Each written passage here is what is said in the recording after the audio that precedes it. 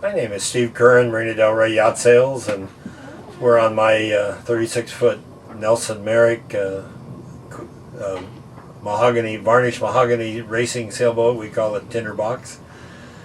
And I grew up sailing and started sailing in third grade in Santa Barbara, and I can remember in the old days when people ridiculed fiberglass, and I can remember people saying that if God wanted boats to be made out of fiberglass, he would have planted fiberglass trees.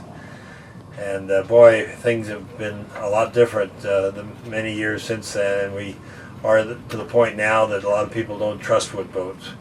And there's even some boat yards that don't like to haul them out, and the truth is wood boats do take a lot more maintenance. And it's possible to have wood boats need to be replanked and need to be refastened and have sister ribs put in some cases.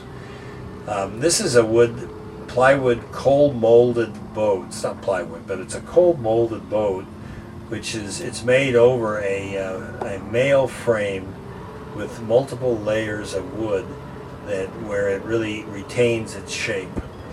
And it was built in '83. It was a very popular technique to use cold molded boats in that era.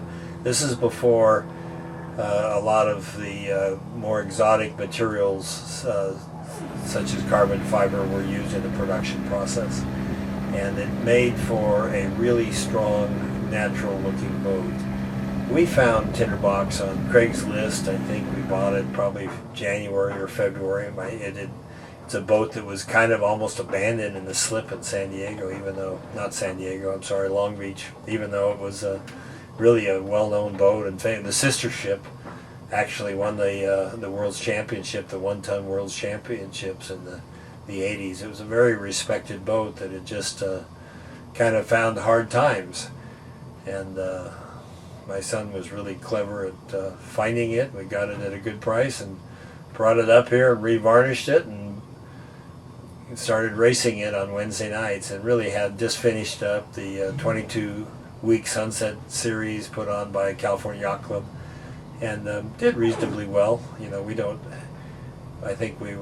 don't really have our act together yet, and our sales are still on the old side, but we were in the top third of the fleet, and just had a wonderful crew of people that just went out every Wednesday night and had a good time.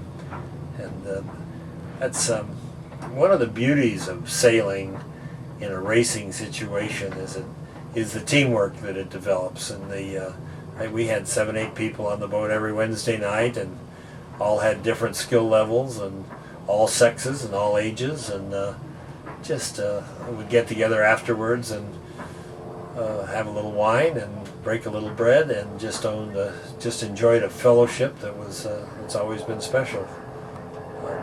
So there's some pictures here on the race course, and the series at the end of the season that's called King of the Hill. The top boats in all the classes are asked to compete in one final race, and they do a reverse start where the slowest boats start first.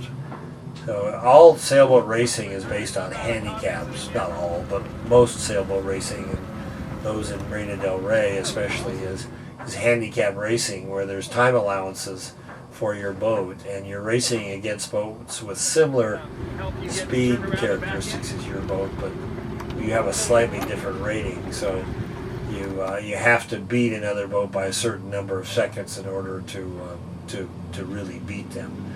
So they use this rating system to work backwards, where in the case of a reverse start like they do on the King of the Hill, the first boat that finishes wins.